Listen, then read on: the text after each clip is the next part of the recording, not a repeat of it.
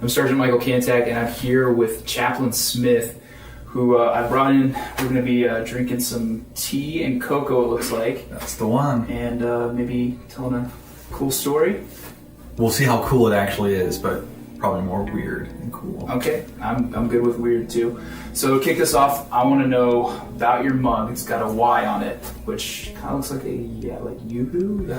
Yahoo, Yale. I think people get confused with the L. I'm not quite smart enough to have made it to Yale. Okay. So this is my alma mater. I got 2 degrees from Brigham Young University. Got my bachelor's in environmental science with a minor in music. So my freshman year of college, I majored in jazz trombone performance at Snow College, and it was a great year. But then I went on a mission for my church, the Church of Jesus Christ of Latter-day Saints, to Korea, and I realized I love music, love jazz, but to be a family man, at least for me, probably jazz music and family weren't going to mix too well. Hence, a total 180 in environmental science. Was music because of like your interest in worship as well, or like is it just because you've always been interested in music? Or So yes and no. So I grew up my family is not musically inclined. My dad will say the best instrument he plays is the radio. Yeah, that's probably me too. know? I don't. So my sister played the trombone when she was in high school and college, and my mom, she came into church because of music. She's not the best singer, she doesn't play anything either, but music has a big part in our lives. And so because of that, I was always interested in music. I think that for you, music, you probably kind of use that in your life to maybe when you're in hard times or needed something to kind of help you out. Was music that go-to thing? Absolutely. Okay. I was wondering if you have like maybe a cool story of a time when you were at the breaking point, like you couldn't take it anymore. There was like if God puts one more thing on me, I'm just gonna snap in half. Do you have something like that? So I think one thing that kind of comes to mind where I was in a darker place per se, right? Right after I graduated college with my bachelor's degree, I got a job working in a lab, of all places, at a wastewater treatment plant. I did microbiology for them. Literally what I looked at was poop and water. That's what I looked at every day. And the other microbes that grew around said poop. It was great. Do you wear like a suit for that? I'm assuming, right? Like, I mean, they gave me a really nice white lab coat. That's great. Nothing. I was in the laboratory, so if I had to go out, then they gave me, all the PME and all that stuff. I looked more like EOD walking out when I did that. But towards the end of that internship, I didn't really have any job prospects. I didn't really know what I was going to do with school or anything else like that. So probably for about a couple weeks before my internship ended, it was just, I don't know what I'm going to do. And the thoughts started consuming me. It got more and more down. You were stewing in your own. Yeah. I was stewing in mine and someone else's crap. Someone else's. Yeah. It was great. It was great looking back on it now. That time, I was done. I didn't really talk to my wife about it. We'd been married for about 5-6 months. She was in the middle of finishing her program. My parents were far away. All my friends were all scattered from graduation. And I kind of felt this vacuum of care or support around me.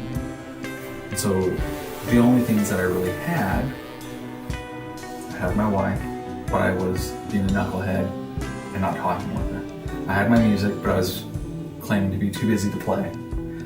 So the thing that I did have, and still to this day have a really great friend, Lawrence Stone, and he just called me up out of the blue one day, and we just talked about whatever, everything and anything. We all have. I hope everybody has that person. He called you. You didn't call him. Nope. He called me. So you got lucky. I got lucky. He called me, and we didn't talk about work. We didn't talk about all that. We just talked about our marriages and kids, and that was it. And then I was like, okay. Well, he called me. I kind of took that as a sign that God was watching out for me. And it had probably been an embarrassingly long time since I had prayed.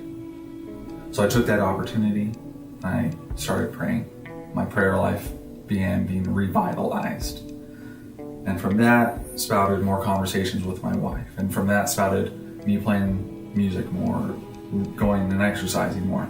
And so it just took that one person in my life to make a very simple phone call, and everything started getting better. The job prospect thing didn't fix itself overnight. That didn't get better necessarily for probably 2 or 3 more months. But because one person acted on a simple thought to make a phone call to a friend, this friend, me, was able to lift myself up out of a dark place of worry and concern. Because if we can truly show that just one person cares, often that can be enough to help lift someone up out of a dark place and into a place of light. I started leaning again on my wife. I started leaning again on my faith, started leaning again on music and other things like that. But I, for whatever reason, forgotten them in that moment. Maybe you're in a dark place because you are just not doing anything. You're just sitting there and stewing, as we said. So I think that's important, is to kind of like step back and maybe like reevaluate. Like, maybe I can be doing more things. Maybe I should be experiencing, something I haven't done before. So with that, what is one thing that you've experienced here in Minot that you don't think you've experienced anywhere else? Negative 40-degree weather. Does that count? I think everyone would say that. Everyone would say let's that? Let's like an activity that you think you've done. Or if you don't have one, then I'm going to challenge you. What's an activity you could do here? So there are 2 things that I want to do this winter. 3 things actually. One, I've actually never gone ice fishing. Neither have I. So I want to go ice fishing. Let's go together. Let's go. I'm serious. Yeah, let's go. I actually know Sergeant Smith. He goes ice fishing all the time. He can hook us up. Perfect. Let's go. The other thing is dog sledding. Outdoor Rec does a dog sledding trip every year. And so I wanted to get on the next dog sledding trip. That seems a little hardcore. I don't know about that. Ice fishing's more my speed. Okay, but I mean, what Air Force base, besides maybe Eielson? Yeah, if you're up in Alaska or something. But only the northern tier bases could you say, like, hey, I've gone dog sledding. Yeah. People down at Hurlworth are not going dog sledding, right?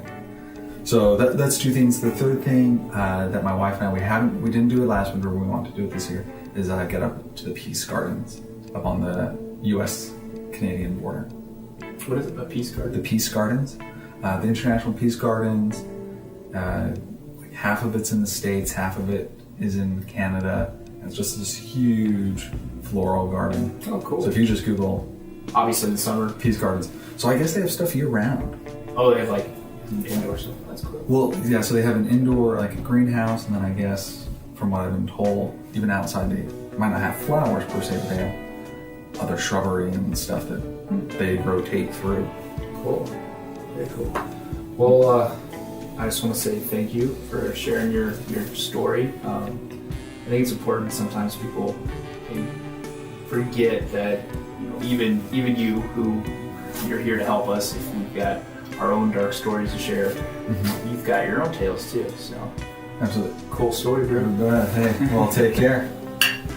Thanks for having me. And hey, if anybody needs something, chaplains are always available.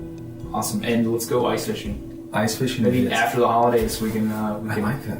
I'm serious. Early January? Sounds good. Sounds like a plan to me. Awesome. Okay. Thank you, Jefferson. Hey, thank you.